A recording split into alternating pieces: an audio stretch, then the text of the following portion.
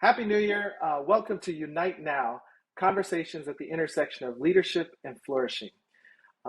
We're starting off 2022 by talking about the state of flourishing. It's going to be our focus for the first 4 months of this year, and we're beginning with a conversation about the state of housing, which brings me to our subject matter expert for today, Domonic Purviance. Welcome, Domonic. Let me introduce you to Ruth Evans, the director of Unite, and Tito Ruiz, a local church pastor. Thank you, David. It's a pleasure to be here, and it's also an honor to be your first speaker for the year for 2022. Again, my name is Domonic Purviance. I currently serve as the subject matter expert in residential real estate at the Federal Reserve Bank of Atlanta. And I'm primarily responsible for developing the residential real estate analytics that's used in support of our banking supervision function. I'm also responsible for doing quite a bit of outreach. So I speak at events like this and speak on podcasts and webinars where I not only gain insights from market participants, but I'm also providing some insights into how we are thinking about the housing market at the Federal Reserve. In addition, I'm responsible for developing the Homeownership Affordability Monitor, what we call HOME, that is available on the Federal Reserve Bank of Atlanta's public website. And that the Home Affordability Monitor, and soon we'll get more into talking about housing affordability later in our conversation, but it tracks housing affordability trends at the national level as well as the sub-market level. My views today don't necessarily reflect the views of the Federal Reserve Bank of Atlanta or the Board of Governors. They are uniquely my views. In addition to the Federal Reserve, I also am a co-founder of a nonprofit called King Culture. You can find us at kingculture.org. Our responsibility is, our mission is to equip men to be selfless leaders. And so we target men from the ages of 18 to 34, and we provide content and other programming that's geared specifically to equipping them to be better leaders in their family and in their community and in their world. Tell us then about the state of housing in Atlanta. So at the onslaught of the pandemic, what happened, sort of the federal response was to lower interest rates. And when interest rates declined, that started this massive wave of people buying. And so all over the country, markets, including Atlanta, there's been just an influx of people wanting to buy to take advantage of very, very, very low, historically low interest rates. And so at the same time, there were a lot of people who decided not to put their home on the market because they didn't think it was a good time to sell. So you have the combination of an influx of demand and less homes available to buy created sort of this upward pressure on price. And you add to it, the cost of construction has gone up, everything from labor costs to material costs like lumber. And then you have all of the supply chain disruptions, not being able to deliver and the materials on time. It's really added to the cost of housing. And so I would say that the sum total of everything that's happened over the past year, demand still remains relatively strong given the fact that rates are so low, but we have not been able to keep pace with the level of demand by delivering the amount of inventory that the market needs. And so that's created this strong upward pressure on prices and has made housing very unaffordable. Now, Atlanta has several other factors that are at play. Atlanta, starting the pandemic, was very affordable, but once you had this, influx of people wanting to buy and lack of inventory, that's it's number one. Atlanta was attractive for people who wanted to, take advantage of the kind of relative affordability here. But we just haven't been able to deliver the inventory. And so, Atlanta, the region out of, we cover the Atlanta Fed covers most of the Southeast in our district. The Atlanta region, out of all the regions in the Southeast, has experienced the sharpest decline in affordability because of how rapidly prices have increased over the past year. You're speaking. You keep saying relative affordability, Yes. And I'm curious, sort of, what does relative affordability even mean, even prior to the pandemic? Like, how much money does a person have to be making per year prior to the pandemic and now in order to purchase and own a home in Atlanta? Of course, that's a big question because different parts of Atlanta are very different. But can you kind of speak to what relative affordability means? That's a good question. And so there's two things when you're thinking about housing costs. You think in terms of affordability, and you also think in terms of expense. So if you look at how expensive housing is in Atlanta relative to or compared to the nation, is more affordable. So it's less expensive. So if you compare the median home price for let's say Washington, D.C. is maybe close to $450,000, where the median home price for Atlanta is closer to $330,000 or something around there.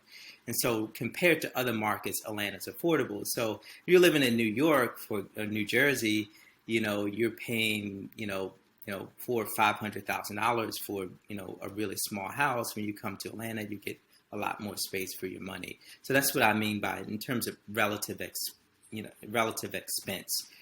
You get more house in Atlanta than you would in other markets. Now, affordability, when we talk about affordability, we're talking about the share of income that it takes to afford the median price house in an area. And so the typical, the rule of thumb is a household should not spend greater than 30% of its income on housing a year.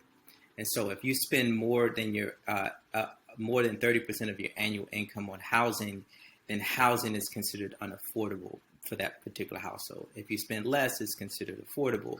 So if you just look at the median, the middle of the market, let's say the median income household in Atlanta, based on income, what the median income household makes and what homes cost, a median income household would spend, roughly about 28% of their annual income on housing. That's as of today. A year ago, it would have been, 26% or 25%. So that's how rapidly things have changed. And so once that crosses a threshold of greater than 30%, then the Atlanta region will be considered unaffordable. And we'll probably get there based on, home prices in Atlanta have been increasing by double digits, just greater than 10% for most of this year, most of 2021. So it's highly likely in the next few months we'll see affordability cross that unaffordable threshold in Atlanta, where if you make the median income in the region, you're going to be spending more than 30% of your income in order to afford the median priced house.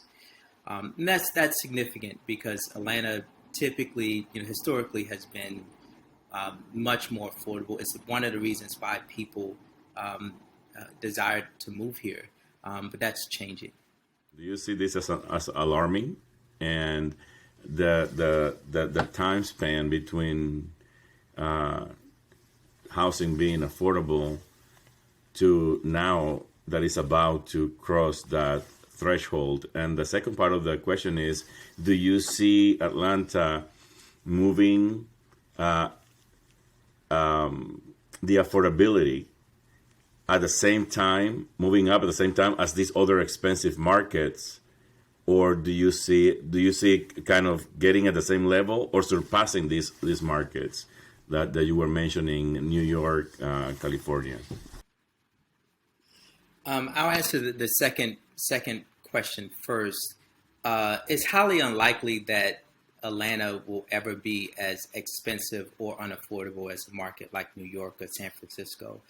only because what makes markets expensive has more to do with geography than anything else. So if you think about a market like, let's say San Francisco, for example, San Francisco is landlocked, so you can't really build more houses in San Francisco, and so that's why things are just more expensive.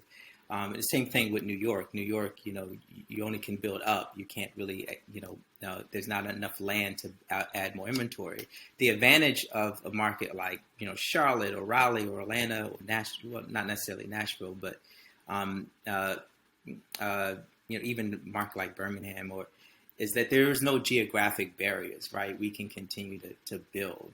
And so it's highly unlikely that, we will become as expensive or unaffordable as some of those other more established older markets.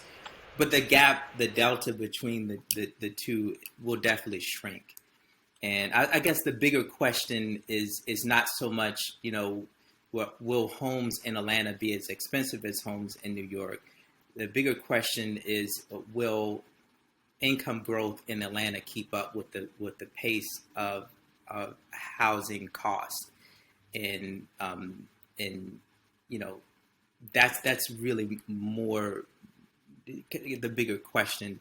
So if homes jump to $400,000 in Atlanta, the median home price, will incomes increase at a fast enough rate so that people will continue to be able to afford? And I don't have the answer to that. The first question you asked is it alarming? I think it's different. I think that affordability, a decline in affordability is not new, right? If you look at the major markets in the world, like London or New York or Hong Kong, I mean, people, those markets, people respond to how to make different choices based on what they can afford and what they can't afford. And so what I expect long term, it's sort of predictable what the response will be. And it's, people will either look for greater density, meaning that they will, instead of living in a single family house, they may live in a townhouse or an apartment. More people will live together in smaller spaces. And people will, at sort of the last resort, is people will move to other markets that are cheaper. And so we may have a long way to go before all of that plays out. But those are the typical responses when affordability declines in an area. Recently, I heard in the news that the city of Atlanta, it's building I think it got approved or in the process of being approved, affordable housing around the Beltline. Do you think that's those efforts are successful into kind of meeting people in the middle, and is it going to make any difference? It is always the case that the demand for affordable housing always exceeds our ability to supply it. And so there are a lot of efforts and a lot of affordable housing strategies and programs that seek to sort of close the gap, but it tends to only scratch the surface. And the challenge is expected to be, to be with us for some time, especially as the cost to build continues to rise. And so one of the reasons why, I work with a lot of builders and developers, and they'll say, we can't, based on what it costs, you cannot build a house for a new house for, say, less than $250,000 in Atlanta, just because the costs outweigh, what you can reasonably sell that house for. And so that's why you don't see many new houses being built for less than, I would say the floor is like around 250. There's just the land costs, the labor costs, the material costs, and then your profit built in there. It makes it impossible to do. In the same way with rental properties, it's just very difficult to build like really affordable rental properties. We typically talk about rental housing in terms of your B, and C quality rental products, and just in terms of the distribution by price. So your A class apartment buildings are Midtown, Buckhead, high rise. Middle your B class apartment buildings are kind of your suburban kind of mid-level buildings, and normally your C class buildings are older, more antiquated spaces. So you really can't build Class C and Class B apartment buildings today that are really targeted towards low to moderate income households, simply because it just costs too much to do without extraordinary amount of incentives, which I'm assuming are necessary to build anything affordable near the Beltline. When housing isn't affordable, then how does that sort of impact, maybe this isn't what you guys spend your time thinking about, but how does that impact well-being for people in general in a community? Like why does it feel so important to keep housing in an affordable range? That's a great question. One of the things that just in pure economic terms, most people prioritize housing above anything else. Like you got to have a place to sleep and raise your kids. And so consequently, if you're making a choice between spending on housing or spending on something else, you're going to spend on housing. And so the more of people's income that is consumed on housing, the less income that's available to do anything else. And so if you're, a business person and you have a restaurant, or you have, a shop, or you're looking for customers, well, if people have less money to spend, it's going to impact your business long term. So that's just a very practical level. Like it's not to the economic benefit of the market for more people to be spending the majority of their income on housing, because it means it's less, practically speaking, it's less income available to do anything else. But the other thing is, most people most households have the majority of their wealth locked up in their home. So even what's been sort of the sort of the quote unquote American dream, or the long-term trend of America is, you can come from modest means, but if you can buy a house, and you can pay that house off by the time you retire, or you have, this big piggy bank that you can either borrow against or sell, and have some way to generate wealth or pass wealth on to your kids. Well, if fewer people are able to afford housing long term, to afford to buy a house long term, it just means that overall household wealth, the opportunity to build household wealth will not be available for a larger share of the population. And of course, there's some disparity demographically, on who has access to buy houses and who buy a home and who doesn't. So if you look at, minority populations, they tend to have less access to buying a house, and less wealth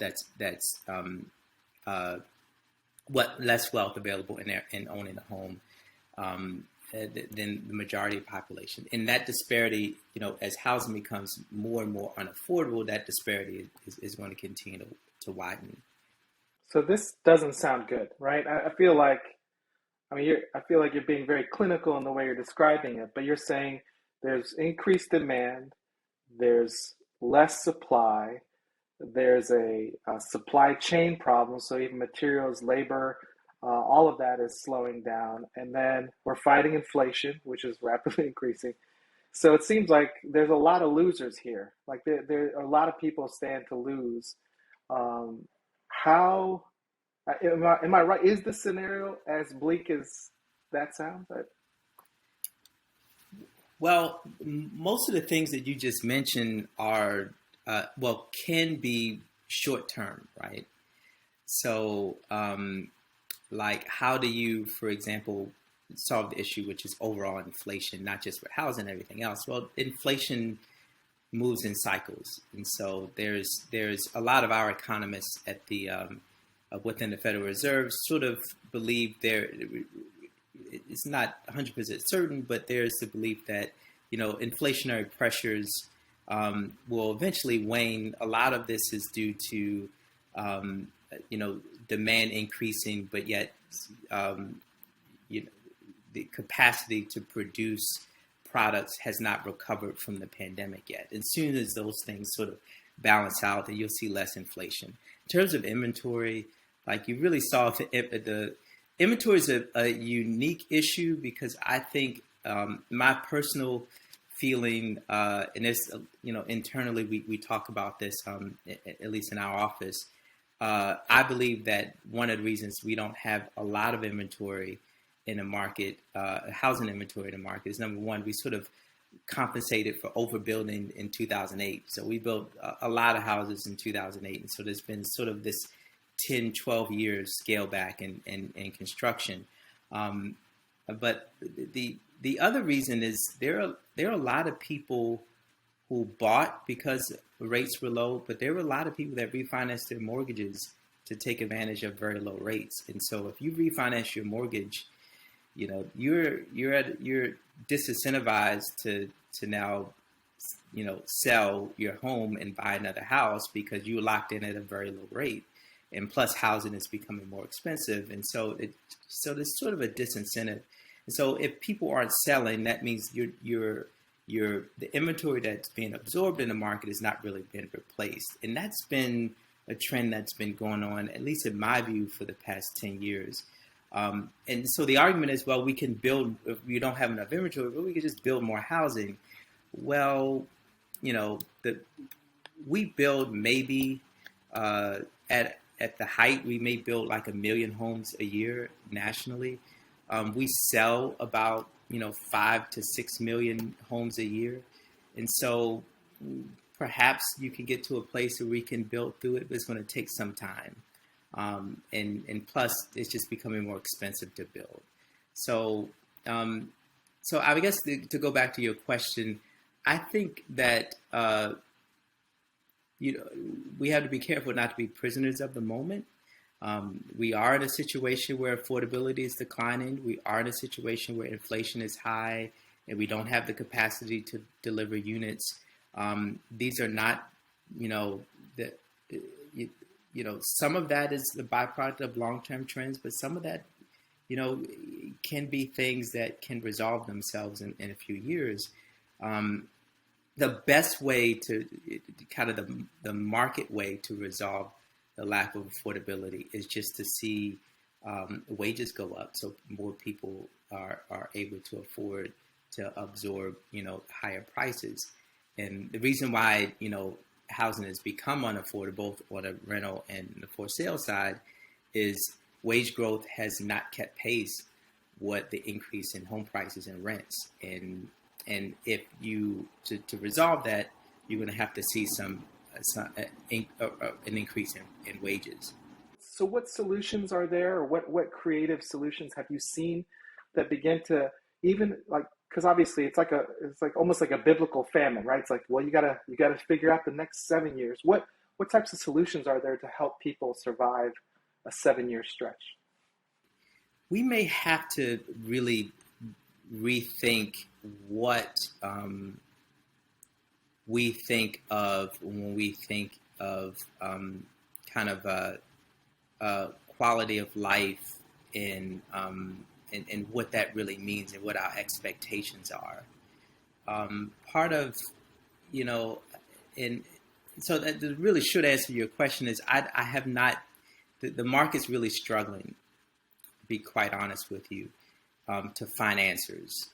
And so it's interesting. It'll be interesting to see how sort of the faith-based community sort of steps in and tries to respond to it, because the market really responds to market forces and it's not really prepared to really deal with some of the social and some of the disparate consequences of sort of, market trends.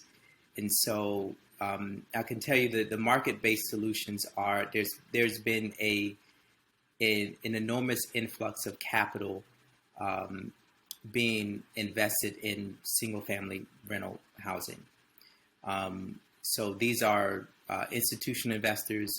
It could be, hedge funds or even smaller mom and pop investors, all betting on the fact that more and more people will not be able to buy houses in the future, and they're going to have to rent.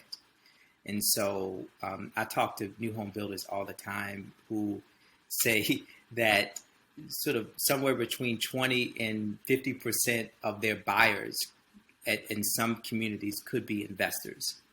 And they're buying these homes to use them as rental housing, with the assumption that people in the future that may be locked out of buying a house will have to rent. There's also an influx of investment going into build to rent. So these are newly constructed homes that are built specifically for rental housing.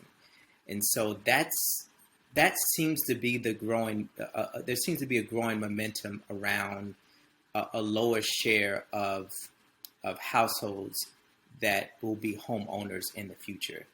And if you look at cities where housing is unaffordable, like San Francisco and New York and in Miami, you see the homeownership share is much lower in those markets. There are a lot more people rent, and I do think that's a challenge. We talked about sort of the disparity between households that can, in terms of household wealth. A lot of people who own households that own homes, have access to more wealth long term, and sort of they can pass on that inheritance to generations that come after them. Like if fewer people have an entryway to buying a house, and you'll see sort of less household wealth overall. The level of disparity we've seen between the haves and have-nots is likely to continue to increase if we don't see sort of a major transition long term. Do you have thoughts beyond the interpersonal, sort of like, hey, me to you relationship, about how people in churches could get involved, whether that's from a business perspective, whether that's from a policy perspective, whether that's like, how could we, beyond saying, man, I really feel bad for you and I love you, what can we, and even, so I also will say, like, personally, I think that there's room, right, for saying, hey, you're in a crisis situation. How do we like put on a Band-Aid to help you, whether that means, giving you some money for an extended stay, or, getting you to the next step, right? But like, what can we do to change the system? Like, how could we impact and engage in ways that say, hey, I not only love you and care about you emotionally, I not only maybe am like willing to step in a crisis, but I want to engage in such a way that allows the world or the community you live in to be one that is a place where you can flourish. So I will preference this with, again, that these aren't the views of the Federal Reserve. These are sort of my thoughts. And I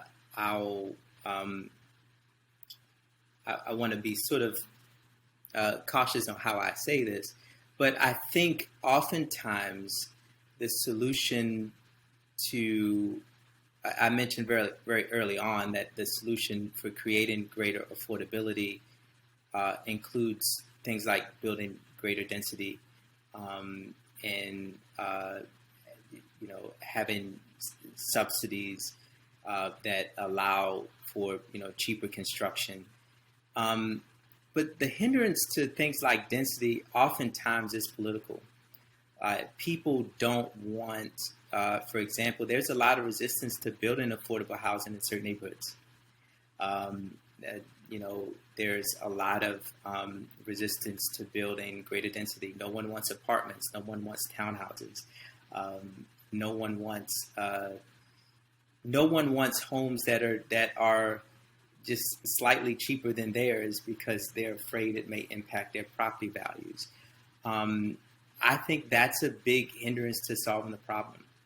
I think if you want to, if you're going to be an advocate for people that don't have the means to be able to afford, kind of what's the standard quality of life, it's going to cost. It's going to come at a cost, and it's going to come at some sacrifice. And I think as people of faith, being willing to, you guys are, you have different motivations than other people that are purely concerned about profit and what's going to impact your home values and things like that. You're concerned about people and making sure that people have adequate places to live.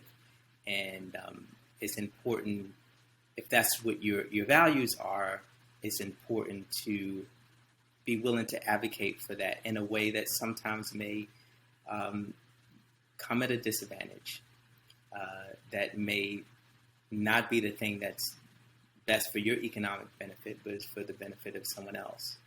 And so that's sort of on the advocacy side. On the business side, I think that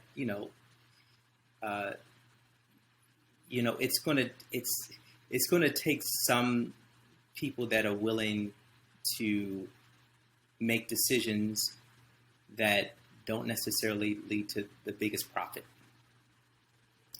And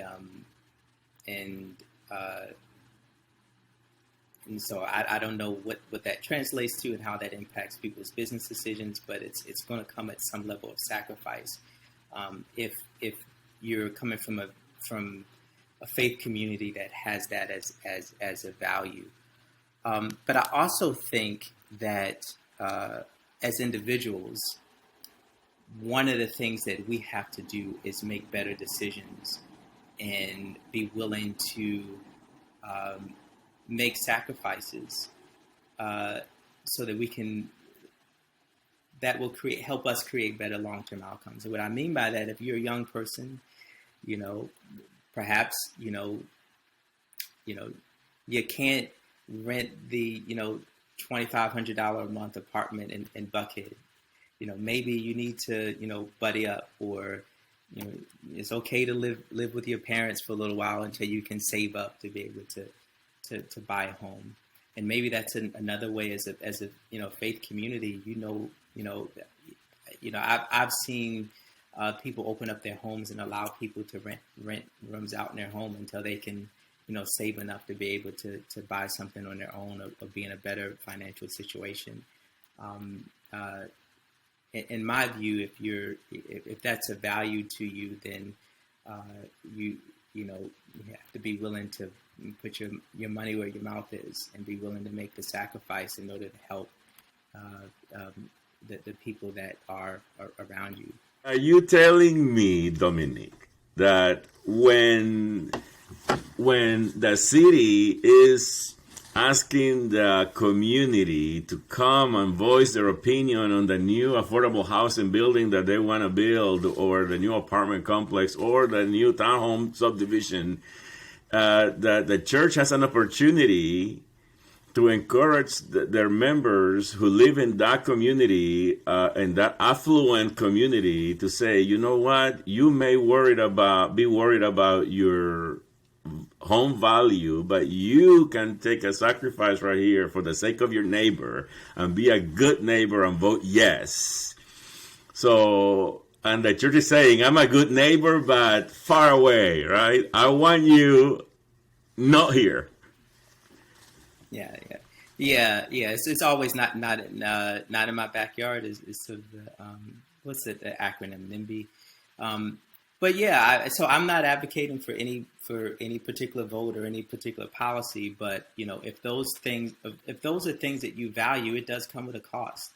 And there is tension when you are you're bringing you're integrating people together, and those are things that I think the faith community is equipped to help people wrestle with. So the faith community, so there's so many ways that we can be involved, right? And even pastors can lead their people.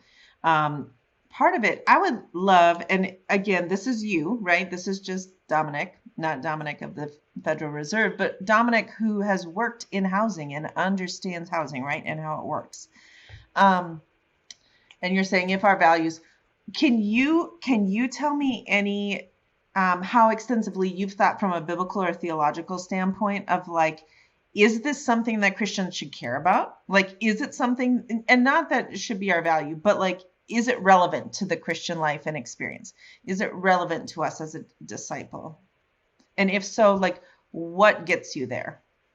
So in full disclosure, in my private life, I'm in seminary, and I have been wrestling with this thought for some time, and I think how I get here is sort of the feeling I have that the as Christians, our responsibility is to be a part of God's restorative plan for humanity and for the earth. We know that we're not going to fix every problem in the world. We know that we don't have the solution and the answers for everything. But as a person of faith, I am looking to be a reflection ultimately of what I believe is justice in God's plan to restore things the way things are supposed to be. So it's sort of a statement of faith I sort of hinge off of, that we in our daily lives and how how I work in my job with the Fed and how I work in ministry, I should play a role in trying to reflect the goodness of God in the things that I do, understanding that the world we live in is full of injustice, is full of darkness, is full of brokenness, and our job is to be the light. And we can't solve every problem, but we can solve a problem. We can't help everyone, but we can help somebody. We can't ultimately end all injustice, but we can bring some sense of justice to the area of the world that we have influence over. And so, if you have the means to do that, then it's your responsibility to utilize what you're blessed with to make a difference. And so that's how I get there. I think sometimes we just don't think about it, right? We're sort of thinking in this sort of small spot, and I think sometimes it's like, oh, density makes a huge difference for affordability. Like just one small actually thing in my community could make a significant difference for people who might not be able to afford housing. And so I think it's really helpful to, I just really am loving sort of the insight and the input that you're bringing to this. Yeah, and that comes with recognizable cost and tensions. Right. And anytime you have people from different income brackets, you're having to move together in one neighborhood, create some tensions.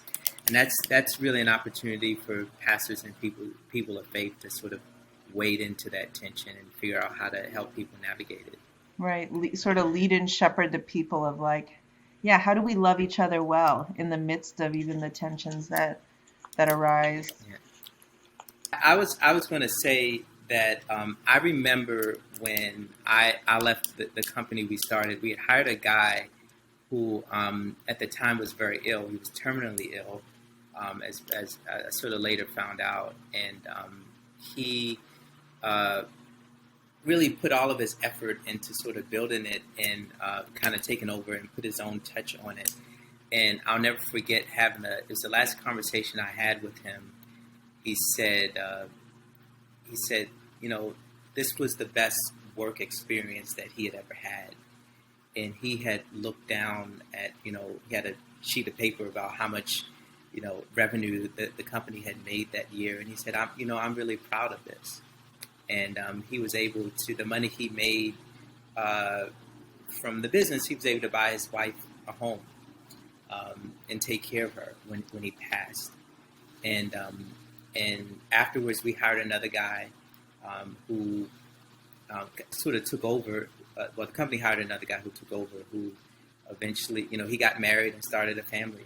And I had, from that experience, I had recognized that, having a business, being a business owner it was less about, you making a profit and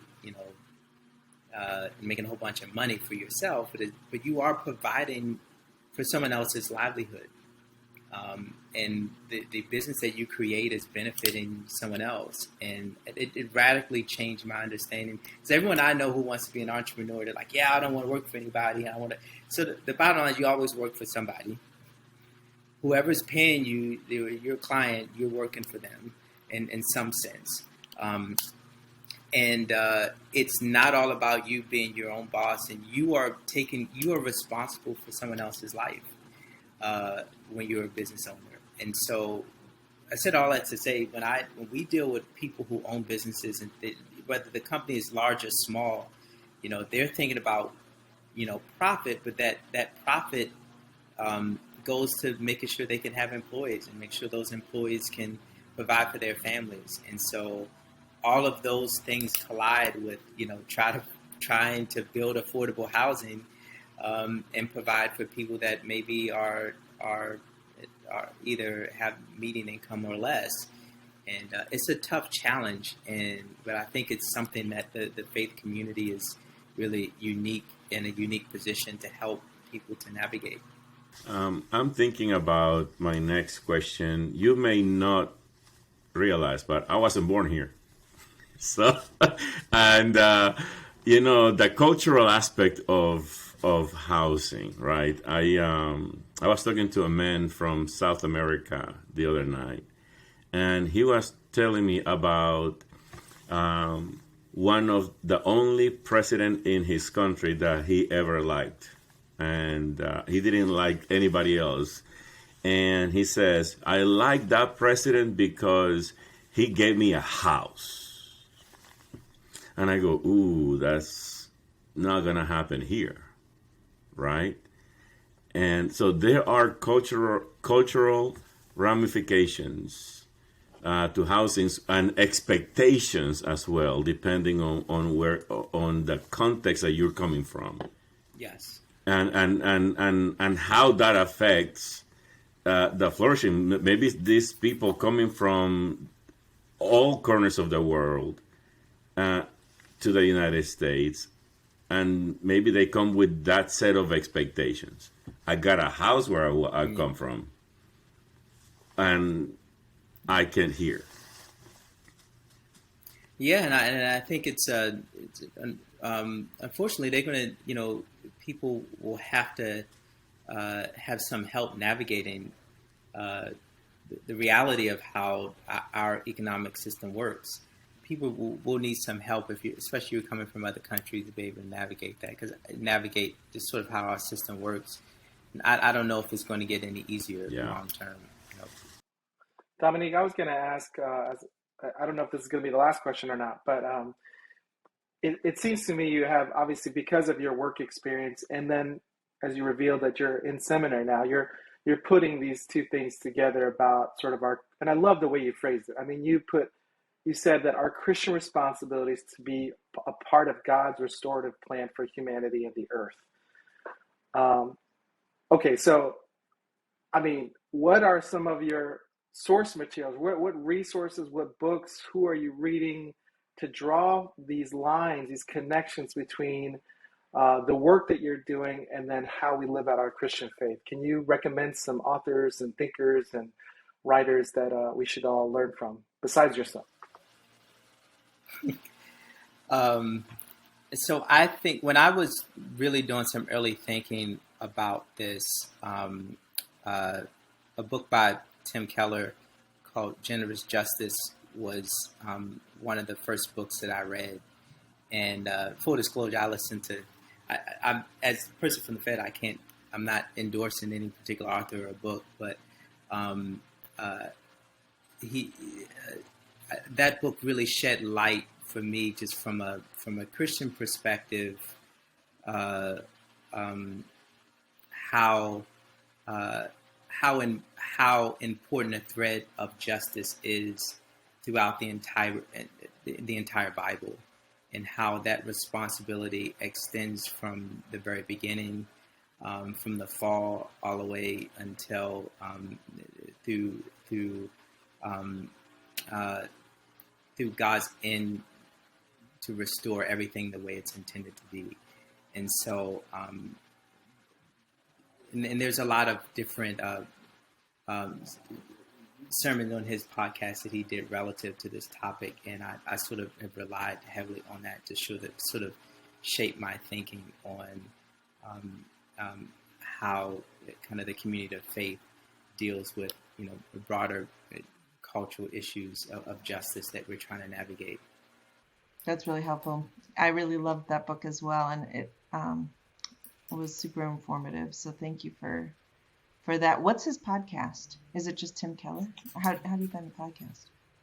It is Gospel Today, I think, or let me see. It is Gospel in Life. Okay. There it is. Okay. No, I really appreciate this conversation. I've been thinking a lot about economics and how Christians interact with our economy, and I think we don't teach on it enough in terms of how our discipleship needs to come alongside our wallets and our checkbooks. And I think this is part. If this is our biggest investment, this is our biggest place of discipleship. Yeah, and I think it works both ways, right? So you're teaching people who have means to be able to be more sacrificial, but teaching people who may not have means, how do you grow them and develop them? How do they make better financial decisions? How do they get the education that they need? How do they hold down better jobs? How do they manage their resources better? Like, all of that's a part of it. It's not just, you know, you're not going to ever solve the economic problems by, by throwing money at it. It just doesn't work. And you can't throw enough money to solve the problems. It just doesn't. It has to be a joint effort. You have to be able to make strategic investments, as well as teach people how to make better economic decisions for themselves. Thanks for taking time with us, and thank you for just sort of bringing and weaving together your experience and your wisdom and your knowledge and your skills together with just what I felt like a really rich conversation of faith and flourishing. And so I just really appreciate you